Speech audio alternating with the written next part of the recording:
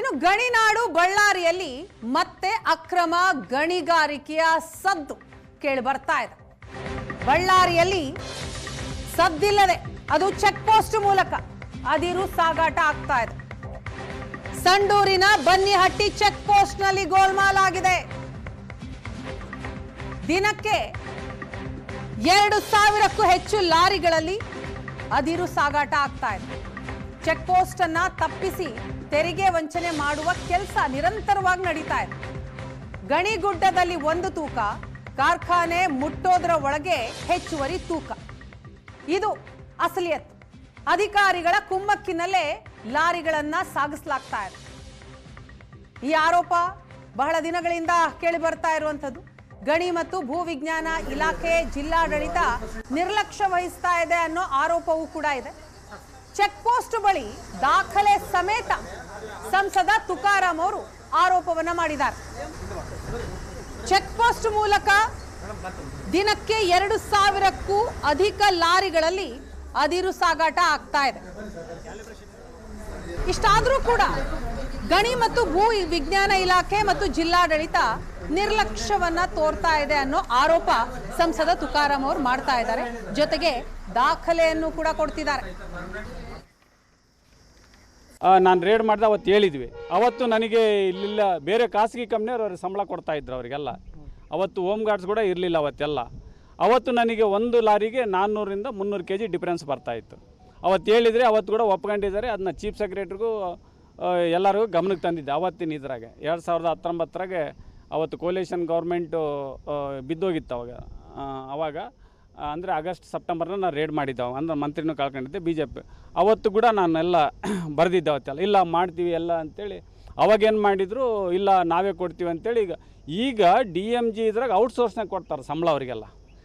ಔಟ್ಸೋರ್ಸ್ನಾಗೆ ಕೊಡ್ತಾ ಇದ್ದಾರೆ. ಅವರು ಕೂಡ ಮೊನ್ನೆ ಹೊರಗಡೆ ಹೋಗೋ ಗಾಡಿಗಳಿಗೆ ಹಂಗೆ ಸೀಲಾಗಿ ಕೊಡ್ತಾರೆ, ದುಡ್ಡು ಇಸ್ಕೊಂಡು.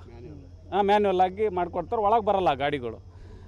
ಈ ಥರ ಇವತ್ತು ಟೋಟಲಿ ಒಂಥರ ಇದು ಪ್ಲ್ಯಾಂಡ್ ಆಗಿ ಇವತ್ತು ಇಲ್ಲಿಗಲ್ ಇವತ್ತು ಇದು ಮಾಡ್ತಕ್ಕಂಥದ್ದು. ಅದಾದಮೇಲೆ ನಾನು ಕೂಡ NMDCಗೆ ಹೋಗಿದ್ದೆ. ಅಲ್ಲಿ ಅಕ್ರಮ ಗಣಿಗಾರಿಕೆ ನಡೀತಾ ಇದೆ, ನೋಡ್ಕೊಳ್ಳಿ ಅಂತೇಳಿ ಎಲ್ಲದನ್ನೂ ಒಟ್ಟಾರೆಯಾಗಿ ನಾನೆಲ್ಲ ಪತ್ರಗಳದೀನಿ, ಎಲ್ಲ ಕೊಡ್ತಾಯಿದ್ದೀನಿ. ಏನೇನು ಚೀಫ್ ಸೆಕ್ರೆಟರಿ ಅವರಿಗೆ, ಜೊತೆಗೆ ಕನ್ಸರ್ನ್ ಮಿನಿಸ್ಟ್ರುಗಳಿಗೆ ಎಲ್ಲರೂ ಕೊಟ್ಟರೆ. ಮಾನ್ಯ ಮುಖ್ಯಮಂತ್ರಿಗಳು ಕೂಡ ಪತ್ರವನ್ನು ಬರೀತಾರೆ. ಯಾವಾಗ ಬಳ್ಳಾರಿಯಲ್ಲಿ ಅಕ್ರಮ ಗಣಿಗಾರಿಕೆ ನಿಂತು ವರ್ಷಗಳೇ ಕಳೆದಿವೆ ಅಂತಂದ್ರೂ ಕೂಡ ಸದ್ದಿಲ್ಲದೆ ಮತ್ತೆ ಅಕ್ರಮ ಗಣಿಗಾರಿಕೆ ಚಟುವಟಿಕೆ ಪುನರ್ ಪ್ರಾರಂಭವಾಗಿದೆ. ಇದಕ್ಕೆ ಸಾಕ್ಷಿ ಎನ್ನುವಂತೆ ಇವತ್ತು ಸ್ವತಃ ಏನು ಬಳ್ಳಾರಿ ಸಂಸದ ತುಕಾರಾಂ ಅವರೇ ಚೆಕ್ ಪೋಸ್ಟಲ್ಲಿ ರೈಡ್ ಮಾಡಿದ್ದಾರೆ. ತಾವಿಲ್ಲಿ ನನ್ನ ಬಲಭಾಗ ಇಡ್ತೀವಿ. ನಾವೀಗ ಬಳ್ಳಾರಿಯ ಜಿಲ್ಲೆಯ ಸಂಡೂರು ತಾಲೂಕಿನ ಏನು ಬನ್ನಿಹಟ್ಟಿ ಚೆಕ್ ಪೋಸ್ಟ್ ಅನ್ನೋ ಭಾಗದಲ್ಲಿದ್ದೇವೆ. ಈ ತಾವು ದೃಶ್ಯಗಳನ್ನು ನೋಡ್ತಿರ್ಬೋದು. ಚೆಕ್ ಪೋಸ್ಟಲ್ಲಿ 4 ವಿಭಾಗವಿದೆ. ಅಂದರೆ ಪ್ರತಿಯೊಂದು ಲಾರಿ ಕೂಡ 4 ವಿಭಾಗದಿಂದ ತಪಾಸಣೆ ಮಾಡಬೇಕು. ಅಂದರೆ ಹೆವಿ ಲಾರಿಗಳು ಬರ್ತವೆ, ಹೆವಿಯಾಗಿ ಟ್ರಾಫಿಕ್ ಆಗದೇ ಇರತಕ್ಕಂಥ ಹಿನ್ನೆಲೆಯಲ್ಲಿ 4 ವಿಭಾಗ ಮಾಡಿ ಕಂಟಿನ್ಯೂಸ್ ಆಗಿ ಚೆಕ್ ಮಾಡ್ತಾರೆ. ಆದರೆ ಇಲ್ಲಿರ್ತಕ್ಕಂಥ ಸಿಬ್ಬಂದಿ ಅಂದರೆ ಗಣಿ ಮತ್ತು ಭೂ ವಿಜ್ಞಾನ ಇಲಾಖೆ ಅಧಿಕಾರಿಗಳು ಮಾಡಿರ್ತಕ್ಕಂಥ ಎಡವಟ್ಟಿನೆಂದರೆ 3 ವಿಭಾಗಗಳನ್ನು ಬಂದ್ ಮಾಡಿ ಕೇವಲ ಒಂದೇ ವಿಭಾಗದಿಂದ, ಅಂದರೆ ಒಂದೇ ಕಡೆ ಚೆಕ್ ಪೋಸ್ಟಲ್ಲಿ ಲಾರಿಗಳನ್ನು ತಪಾಸಣೆ ಮಾಡ್ತಕ್ಕಂಥ ಕೆಲಸ ಮಾಡ್ತಾರೆ. ಇದು ಯಾವ ರೀತಿ ಅಂತಂದರೆ ಬೇಲಿ ಎದ್ದು ಹೊಲ ಮೇದೈತೆ ಅಂದರೂ ತಪ್ಪಾರಿಕಿಲ್ಲ. ಯಾಕಂದರೆ ಸರಿಸುಮಾರಾಗಿ ದಿನಕ್ಕೆ 2,000ರಿಂದ 3,000 ಬರ್ತಕ್ಕಂಥ ಲಾರಿಗಳು ಬರ್ತಕ್ಕಂಥ ವೇಯಲ್ಲಿ ಕೇವಲ ಒಂದೇ ಮಾರ್ಗ ಮಾಡಿದರೆ ಇಷ್ಟೆಲ್ಲ ಲಾರಿಗಳು ಹೋಗೋದಕ್ಕಾಗೋದಿಲ್ಲ. ಹೀಗಾಗಿ ಅಕ್ರಮವಾಗಿ ಪಕ್ಕದಲ್ಲಿ ತಾವು ಆ ಕಡೆ ದೃಶ್ಯಗಳು ನೋಡ್ತಿರ್ಬೋದು. ಪಕ್ಕದಲ್ಲಿ ರೋಡ್ ಇದೆ, ಇಲ್ಲಿ ಯಾವುದೇ ರೀತಿಯಂಥ ಚೆಕ್ ಮಾಡದೆ ಸರಾಗವಾಗಿ ಗಣಿ ಪ್ರದೇಶದಿಂದ ಬರ್ತಕ್ಕಂಥ ಲಾರಿಗಳನ್ನು ನೇರವಾಗಿ ಕಂಪನಿಗಳಿಗೆ ಬಿಡ್ತಕ್ಕಂಥ ಕೆಲಸವನ್ನು ಮಾಡ್ತಾಯಿದ್ದಾರೆ. ಅಕ್ರಮ ಗಣಿಗಾರಿಕೆ ಕುಮ್ಮಕ್ಕು ಕೊಡ್ತಿರೋಂಥ ಮಾತನ್ನು ಕೂಡ ಇಲ್ಲಿರ್ತಕ್ಕಂಥ ಏನು ಸಂಸದ ತುಕಾರಾಂ ಅವರು ನೇರವಾದ ಆರೋಪವನ್ನು ಮಾಡ್ತಾರೆ.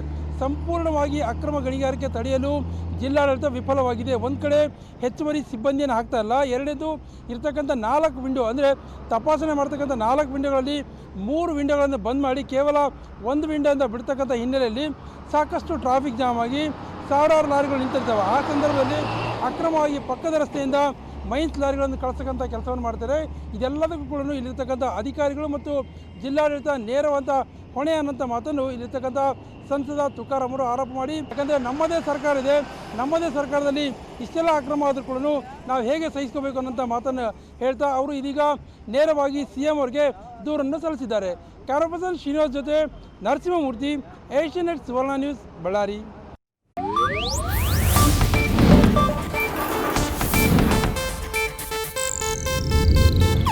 ಇದು ಏಷ್ಯಾನೆಟ್ ನ್ಯೂಸ್ ನೆಟ್ವರ್ಕ್ ಪ್ರಸ್ತುತಿ.